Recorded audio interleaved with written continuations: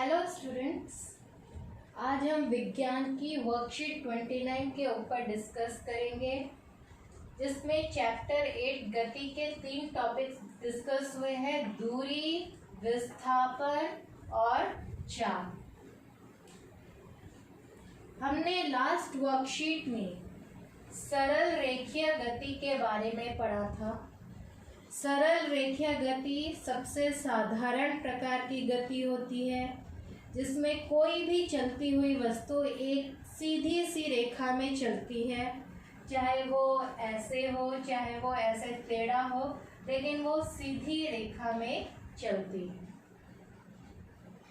उसको हम कहते हैं सरल रेखीय गति। अब गति जहाँ से आरंभ होती है उसको हम मूल बिंदु कहते हैं। जैसे यहाँ पर गति A से आरंभ हुई तो A जो है मूल बिंदु है। उसके बाद वो गति करते हुए B पॉइंट पे पहुँच गई, जो उसकी अंतिम बिंदु होती है यहाँ, या फिर जहाँ पर गति समाप्त होती है। तो उसने उस वस्तु ने कितनी दूरी तय की? A से लेकर B तक। तो हमें एक निर्देश बिंदु चाहिए, और ये मूल बिंदु जो होती है वो निर्देश बिंदु का कार्य करती है। जहाँ से हमारी गति आरंभ होती है उसे मूल बिंदु या निर्देश बिंदु कहते हैं, और जहाँ पर गति समाप्त होती है वो हमारी अंतिम बिंदु होती है, जहाँ पर गति समाप्त हो रही है। तो मूल बिंदु से ही आपको पता चल सकता है कि वस्तु विराम अवस्था में मतलब स्थिर है या गतिमान अवस्था में है। अगर मूल बिंदु से कोई दूरी तय ही नहीं हुई, वस्तु मूल बिंदु पर ही है, तो वो विराम अवस्था में है। लेकिन अगर वो दूरी तय करती हुई B पॉइंट तक पहुंच जाती है तो इसका मतलब है कि वो वस्तु गतिमान है। तो अब एक दूसरा टर्म आ रहा है जिसको हम कहते हैं दूरी। दूरी क्या होती है वो सबने अभी तक अंदाजा लगा लिया हो गया कि जिस पथ पर वो वस्तु चलती है समय, एक पर्टिकुलर समय में, उसको हम कहते हैं दूरी। तो दूरी क्या होती है? एक वस्तु द्वारा तय किए गए एक निश्चित पथ के माप को दूरी कहते हैं। अगर A से लेकर B तक 4 मीटर है तो दूरी हमारी कितनी हो गई? 4 मीटर। अगर यहाँ पर 6 मीटर है तो दूरी कितनी हो गई? 6 मीटर। यानी कि वह पथ का माप जिसपे किसी वस्तु ने जिसपे गति की है, तय किया है, उसको हम कहते हैं दूरी। ये अदिश राशि होती है। अदिश से, मैंने दिश से कहा था दिशा, ये आप हिंट के लिए यूज कर सकते हो। अदिश राशि मतलब दूरी मापते समय हम दिशा को नहीं देखते कि उत्तर दिशा को जा रही है, दक्षिणी दिशा को जा रही है, ऊपर जा रही है, नीचे जा रही है। हम दूरी में बस परिमाण लिखते हैं कि ये 4 मीटर है, दूरी 6 मीटर है, और इसके अलावा उसके दिशा को हम नहीं मेंशन करते, नहीं लिखते, क्योंकि दूरी एक अदिश राशि है। इसको ये हमेशा प्लस में होता है, पॉजिटिव होता है, धनात्मक। 4 मीटर, 6 मीटर, ये नेगेटिव में कभी नहीं होता। उसके बाद ये कभी शून्य भी नहीं हो सकता। दूरी मतलब कुछ होना चाहिए कि 1 मीटर गई है, 2 मीटर गई है, और ये शून्य भी नहीं हो सकती। उसके बाद है SI यूनिट, स्टैंडर्ड यूनिट्स जो है, उन्होंने दूरी को एक मात्रक दिया है। संख्या के बाद आपको एक मात्रक लिखना होता है, तो इसका मात्रक है दूरी का मीटर, जिसको हम शॉर्ट में लिखते हैं M। अब यहाँ पर मैंने एक बनाया है, ड्राइंग डायग्राम बनाया है। ये है A और ये है B। ये इसकी प्रारंभिक स्थिति या मूल बिंदु है। तो इसने ये वस्तु चल चल के बी पॉइंट तक पहुंच गया, ये इसकी अंतिम स्थिति है। तो कुल दूरी इसने कितनी तय की? 4 मीटर। अब इसके बाद नेक्स्ट टर्म आता है विस्थापन। हमेशा बच्चे दूरी और विस्थापन में कंफ्यूज हो जाते हैं, लेकिन अभी आपको पता चल जाएगा इन दोनों में क्या डिफरेंस होता है। हमने देखा कि जो प्रारंभिक बिंदु है और उसके बाद अंतिम जो बिंदु है उसके बीच की कुल दूरी को हम दूरी कहते हैं, लेकिन विस्थापन क्या होता है? प्रारंभिक स्थिति से अंतिम स्थिति के बीच की न्यूनतम दूरी, उसको हम विस्थापन कहते हैं। जैसे उदाहरण के लिए आप समझिए, एक वस्तु है, वो ए से चलना शुरू करता है, बी तक पहुंचता है, उसने 2 मीटर तय कर लिए। फिर बी से वो सी तक पहुंचता है, उसने और 2 मीटर तय कर लिए। तो इसकी कुल दूरी हो जाएगी AB plus BC is equal to 4 metre. लेकिन विस्थापन, जैसा कि आपको परिभाषा में बताया गया है कि न्यूनतम दूरी होती है, तो ए जहाँ से उसने शुरुआत किया और सी जहाँ पर उसने समाप्त किया, इसके बीच की न्यूनतम दूरी कौन सी होगी? ये। तो विस्थापन जो होगा वो न्यूनतम दूरी AC होगा।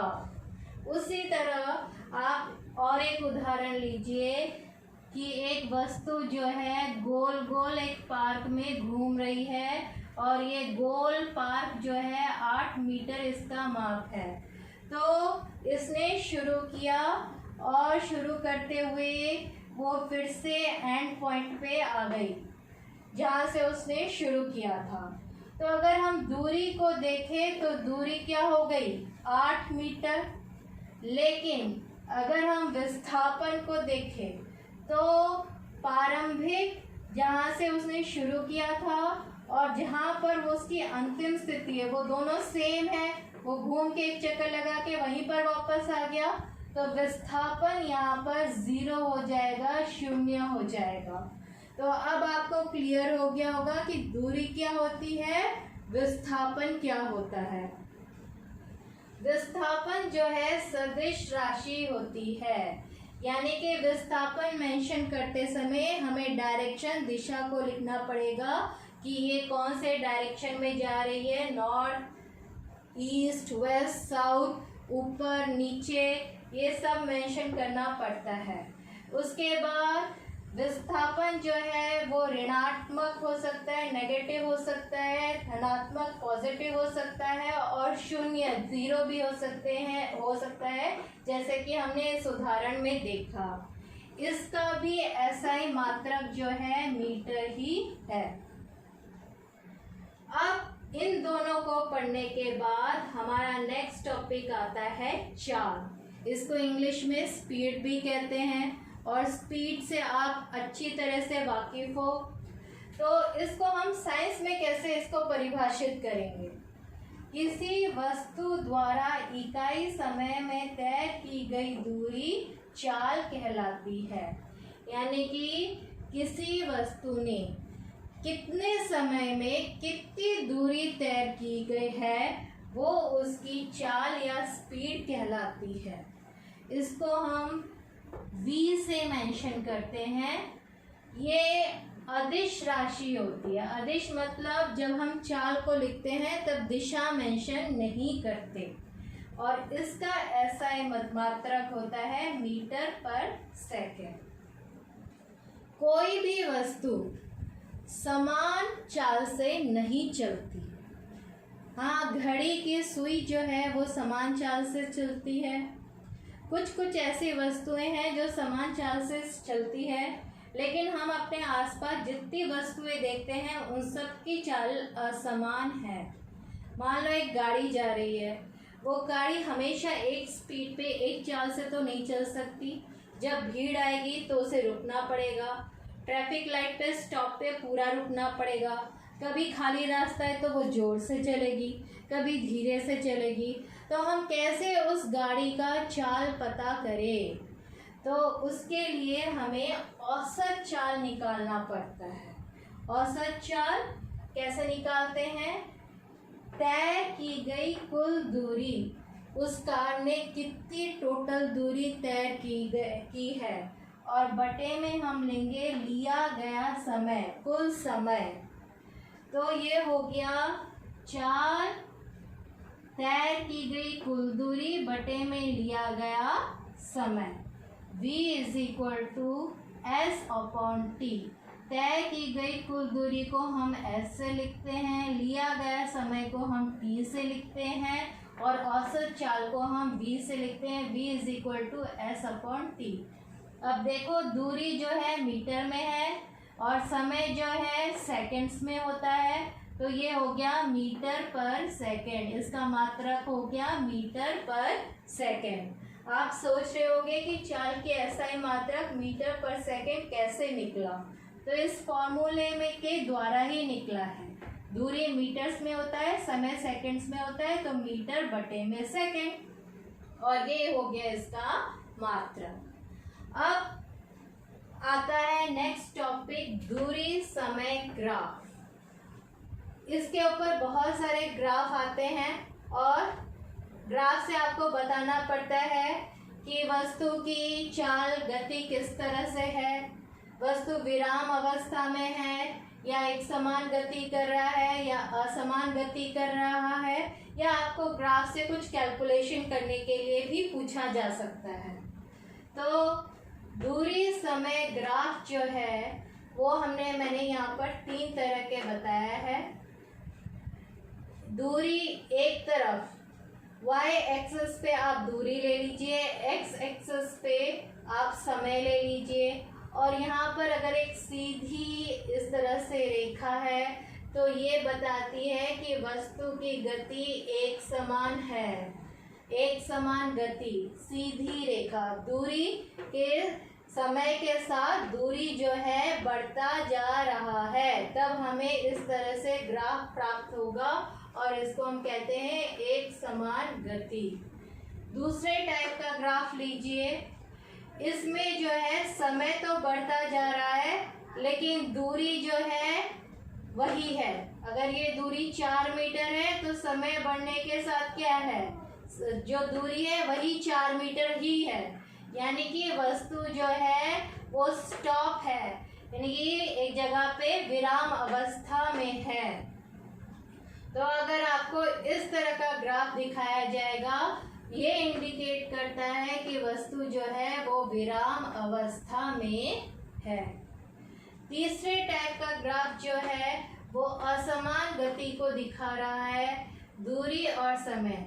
समय के साथ कभी उसकी दूरी कम बढ़ रही है, कभी ज़्यादा बढ़ रही है, कभी बहुत ज़्यादा बढ़ रही है, तो ये जो है असमान गति को दिखा रहा है। तो ये तीनों टाइप के ग्राफ जो है बहुत इम्पोर्टेंट है।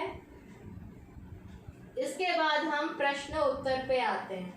पहला प्रश्न है कि दूरी और विस्थापन में अंतर कीजिए। तो दूरी आपको जैसे समझाया गया है, किसी वस्तु द्वारा प्रारंभिक स्थिति से अंतिम स्थिति के बीच तय की गई दूरी कुल दूरी कहलाती है, जबकि विस्थापन जो है एक वस्तु द्वारा उसके प्रारंभिक स्थिति से अंतिम स्थिति के बीच की न्यूनतम दूरी को विस्थापन कहते हैं। दूरी जो है अदिश राशि है, विस्थापन सदिश राशि है। यह हमेशा धनात्मक होती है, यह धनात्मक और ऋणात्मक दोनों हो सकती है। यह शून्य नहीं हो सकती, जबकि विस्थापन शून्य हो सकती है।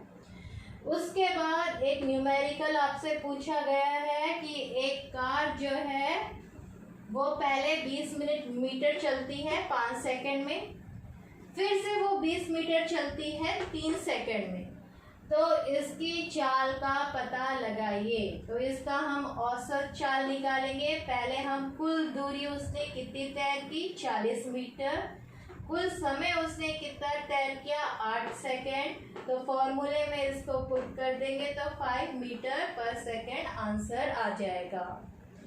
नेक्स्ट क्वेश्चन है कि गति को चाल को परिभाषित कीजिए और उसका एसआई मात्रक भी लिखिए। तो इसका आंसर होगा किसी वस्तु द्वारा इकाई समय में तय की गई दूरी चाल कहलाती है और इसका एसआई मात्रक मीटर प्रति सेकेंड है।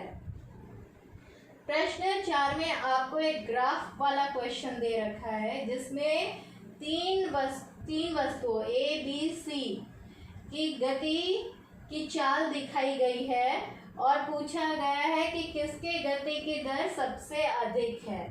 अब देखिए ए जो है सबसे ज़्यादा दूरी तय कर रहा है सबसे कम समय में, उसके बाद सी जो है दूरी तय कर रहा है, ज़्यादा दूरी तय कर रहा है और समय भी ज़्यादा ले रहा है, और बी ने सबसे कम दूरी तय की है कम समय में।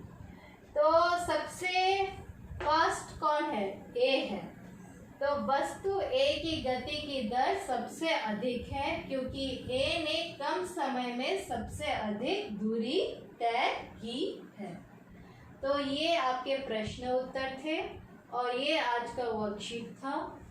तो नेक्स्ट वर्कशीट में फिर से मिलते हैं। Thank you.